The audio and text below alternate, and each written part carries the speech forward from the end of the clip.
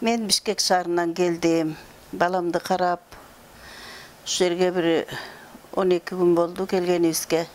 Келгенден бери бу жердин мындай акыбалын карасак жакшы. Аурасы бизге жакты.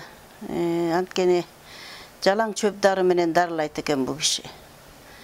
Анан эми чөп дары болгондон кийин ички организмдердин баарына жагып, ошол ички организмдерин тазалап кичине жакшыраак болуп эметиш үчүн алып келдим эле. Баламды ошо бу киши болсо тамырчы деп койчу эле илгери бизде ошол тамырчыдай болуп эле кармап туруп эле билет экен.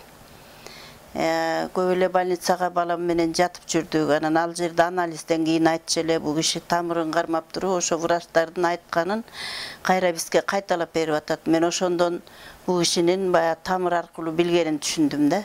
Анткени тиякты ошо анализден кийин айтып берчү.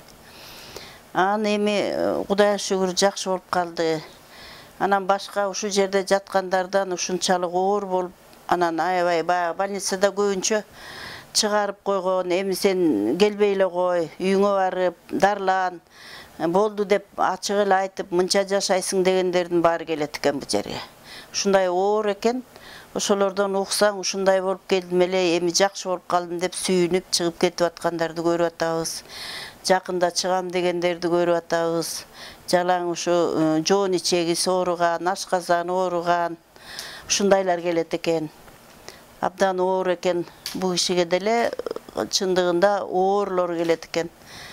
Больницадан чыгып, жашоодон үмүтүн үзгөндөр келип, кайра үмүттөнүп, жашоосун жакшы үмүт менен жашаган адамдар болуп, сүйүнүп кетип аткандарды көрүп атам мен өз көзүм менен. Мен деле кызыгып сурап атам, бу жерде эмне менен келдиң эле, кандай десем, ушуну айтып атышат да. Ушундай болуп, жоон ичеги менен ушинтип келдик эле, ашказаныбыз ушундай эле, ушунун баары жакшы болуп деп.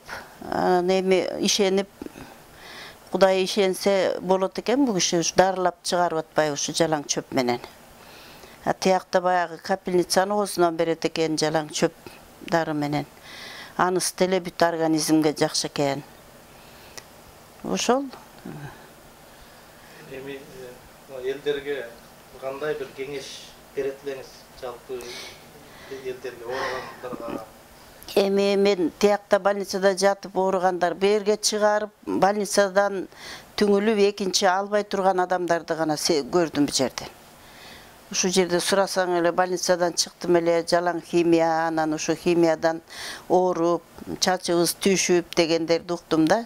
Ошолордун баары жакшы болуп кетип атканын уктум. Мен келгени ушу ийгилик менен эле сүйүнүп чыгып аткан адамдарды кезиктирдим ушу жерде. Анан ушу жерде бир келин жатат эле, ушундай оор эле. Ушул жакшы болуп, эми зыңкылдап деле сүйүнүп, бир 3-4 күндө чыгам эже, жакшы болуп калдым деп жүрөт. Мени больница албай койгон дейт. Бирок кайсы больница албай койгон билбейм, ушу чыгарып койду эле, ушул жактан жакшы болдум деп. Эми ушу кыргыз калкы айрыкча түз эле бул жака келсе кандай болот деп сиздин оюңуз боюнча, химияга барбай эле? Эми билгене биз шаарда туруп деле мына жакында билдик ушу бирөөдөн. Биздин бир кудабыз жатып, тамак өтпөй калган экен. Анан ошол келин айтып калды, чоң атам келип тамак өтпөй, тияктан чыгарып, эми үйүңүзгө бара бериңиз деди эле, ушу жерге келип жакшы болуп, а киши мына өз көзүм менен көрдүм. Тамак ичип кадимкидей болуп кетти. Эми ошондой кишилерден бир интервью алып, же болбосо ошо кишилерди ошо чыгарган жерден врачтарды чакырып көрсөтүп койсо деле ошол деле жакшы реклама болмок. А киши кетип калды, эми жакшынакай жашап атат, аны эч ким билбейт да. Мен сурасам, үйдө жакшы тамак ичип жүрөт деп эле айтып атат. Биз ошол кишиден угуп анан келдик. Биз деле билген эмеспиз. Кишиге рекламанын деле кереги жок. Жок дегенде тоскоолу болушпаса, анан эл түшүнсө деген. Мына эми ушундай кыйналган оор, бардык оор адамдар келип атканда эми кайра-кайра үстү-үстүнө текшерүү келип эле бу кишини мындай дейт. Андай болсо мамлекет жардам берип койсо жакшы болмок кайра. Ушундай деп. Эми бир 4-5 кишинин деле ошол чыккан больницасынан анан ушу жактан салыштырып карап кандай болгонун көрсө болот. Эми оңой эле да аны. Кайра-кайра кабарчыны жиберип, кайра-кайра тарттырбай эле, кайра-кайра жамандатпай эле.